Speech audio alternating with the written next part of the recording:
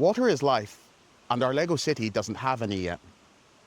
It rains here in Harumi Bay, but we don't know how often it rains, and our settlers haven't trapped any yet. So, they resort to the next best thing. Today, we build a Lego well.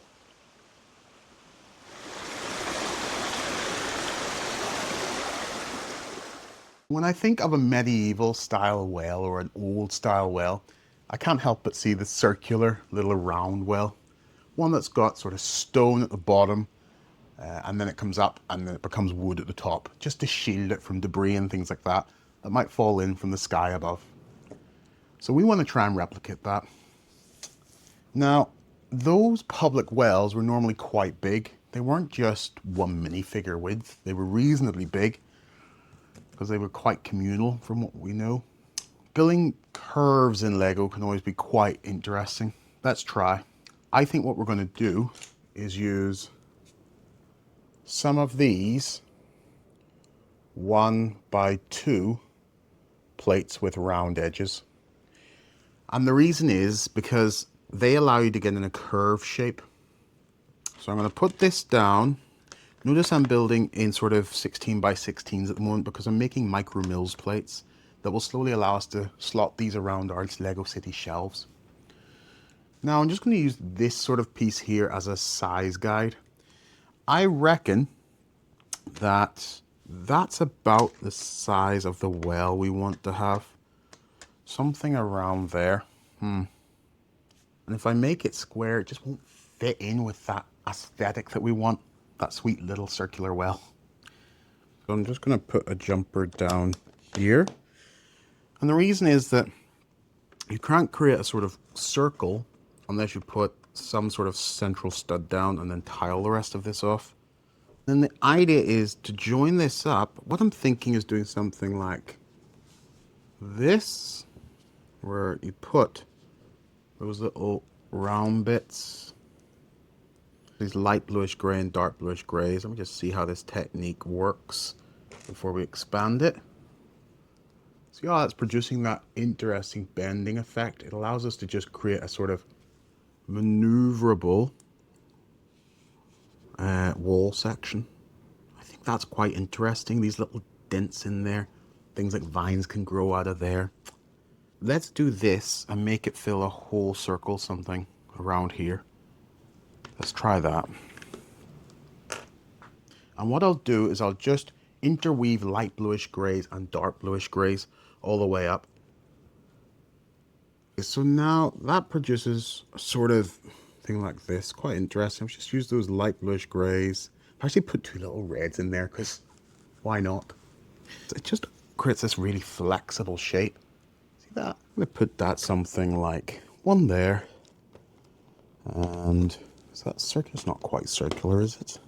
No, it'll just be a little bit, I think, off circular. That's what makes it kind of nice. This well shouldn't be perfect circles. At the end of the day, they were built by hand. I think that kind of works. And you can mold it and shape it if you want to just add a wee crevice in there just to make it a bit different. Now, underneath those, I should put some tile pieces actually, just because what I don't want to do is to start building on top of this and it not to be a nice sound base. For now, I'll just put ones. These ones came from the Pick-a-Brick wall. I've used them many times before, I'm sure you've noticed. And I always just use them because they're easy for us to go ahead and use in a quantity. And all I'm trying to do is outline it so there's stability underneath it. So that's now producing a nice little round bit that is secure. It does lift up. Remember, this is going to be a mills underneath it. So I've got that. There needs to be some structure on this coming up. And then we're going to also have to top it off in some way because we can't leave the top of this like this. Decisions, huh? Maybe if we put a bar down the middle, something like that. That's sort of that will give a good bit of strength. Now we've got two of them on the jumper plates. I've put them there just because it helped me track the size of it. And now, I need to finish this off in some way. Those stones were normally maybe sat on and leaned against, so they would have worn. These are the little ingot pieces, minifigure ingots. I'm going to use them in a natural tone. Now if I start by putting one here, let me just place them down here. And again, I'm not sure how this is going to pan out. I'm just trying techniques. Okay. And then we've got to do some overlap, so maybe a one by one. That work? That allows you just to slide down top. I think this will work. Let's have a look.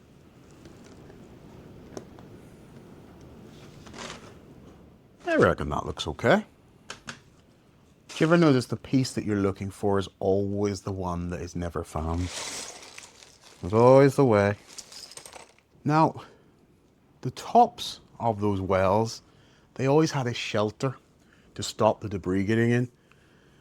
They sit a bit like that, don't they? They never see the front of the roof. It's always sliding off the front, isn't it? Let's try something like do that.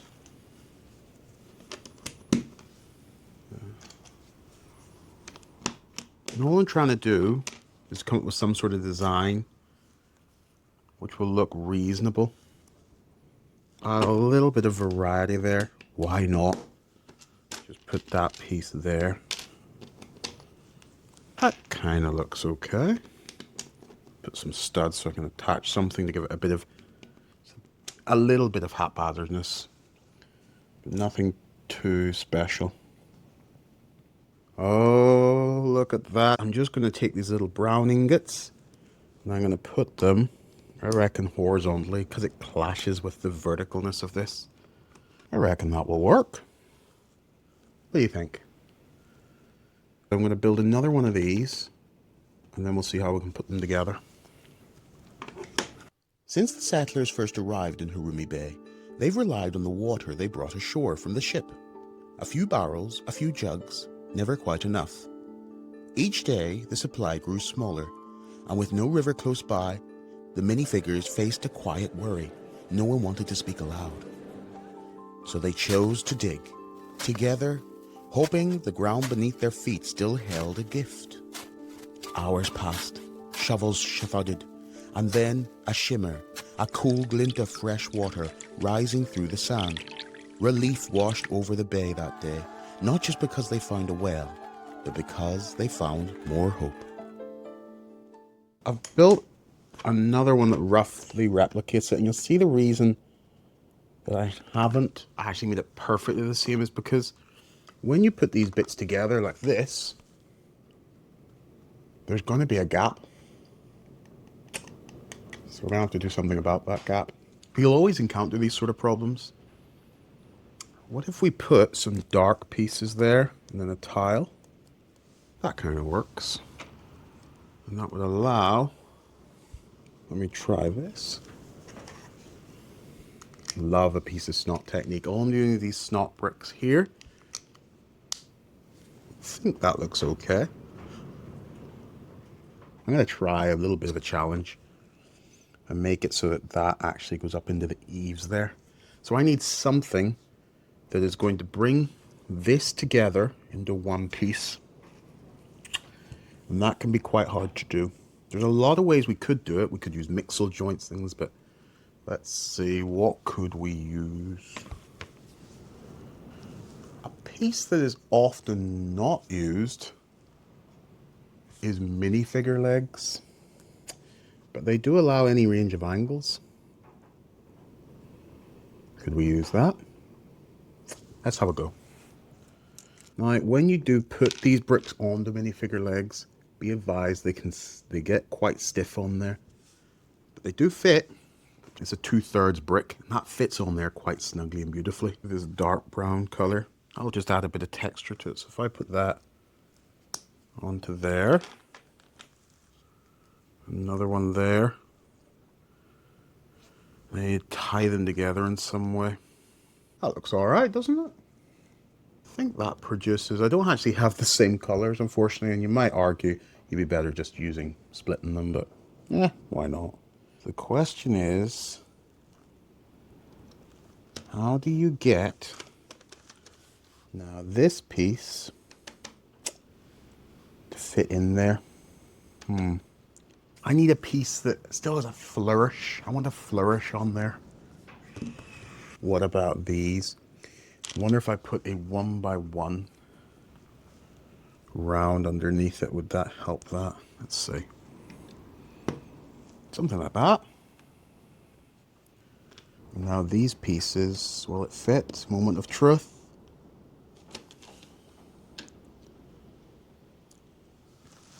Look at that. The only thing really left is to try and put some water in there. Our minifigure is dug down quite deep, so putting water in this part would actually be a bit disingenuous, wouldn't it? If the water came all the way up. So I reckon what we do is we actually take this off for now.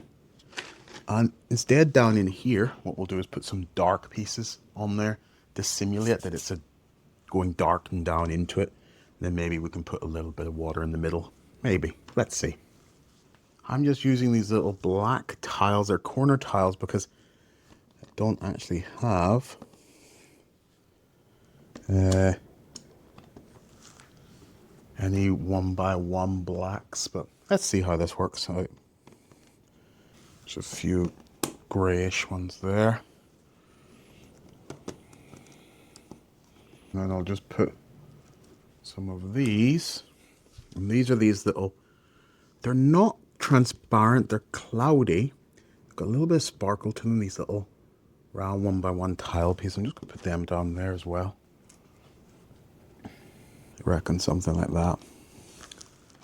Now we're going to want to sort out all of this around here at some point. So you are going to want to add a lot of things like, you know, a little bit of foliage, stuff like that around there. But that's all things we can do later on as we start to bring our mills plates together. And the great thing is that these little studs that are left over, we can put things like greebling on there. And greebling is just really add detail. For now, we'll leave it. But once we merge it into our scene, we can then add some details on there. Oh, and it looks like we have at least one little fan in there. Hello. There's bound to be more of them around there. So thanks to the feedback and your comments from our post earlier this week, we will at some point be adding in sheep into our Lego city. But yeah, this little lamb looks like he's first to the party. What do you think? Do you think this looks like a little well that will provide life for our village and our first settlers? This little lamb seems to think so. A small build, but an important one. The only problem is that this little build now sits with no backdrop and no sky. And the sky is where we write our story. It's our canvas to build. So I think next time we need to look at our backdrop options and see what we can construct. Do we just hang one up? Do we construct one? We need something. Either way, we'll figure it out. I've been Josh from Bricks and Kin. Thanks for building with us today. And remember, as always, play well.